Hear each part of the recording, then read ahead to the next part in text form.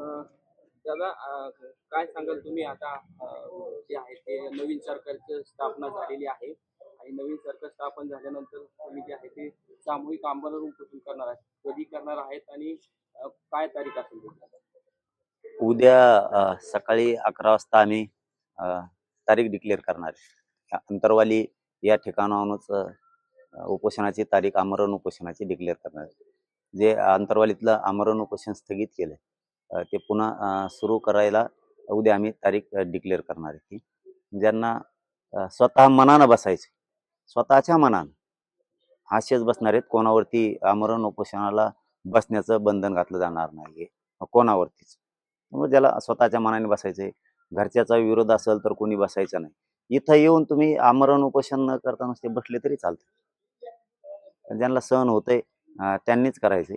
या स्वरूपाचं सामूहिक उपोषण ते होईल. पण नाही कुणी बसलं तरी मी बसणार आहे. कारण काही काहींना नाही कुणी बसलं याचा अर्थ असा की काही काहींना नाही सहन होत, नाही उपाशी बसू शकत. उद्या तारीख होईल डिक्लेअर.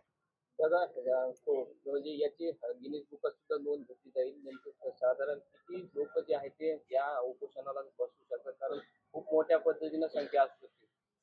आज जर लोकांना जर बसाच म्हणलं तर मग गिनीज बुकच काय.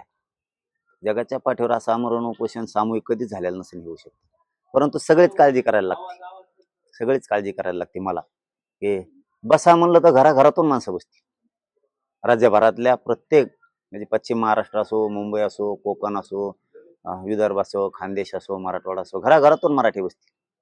पण त्यांच्या काळजी पण घ्यायला लागल की काहीला सहन होत नाही, काहीला होतंय, काहीला जेवणाचे प्रॉब्लेम म्हणजे भूक लागते. त्याच्यामुळं बंधन नको. असं मी आता ठरवलं की बंधन नको. तुम्हाला मनाने बसायचं तर बसा.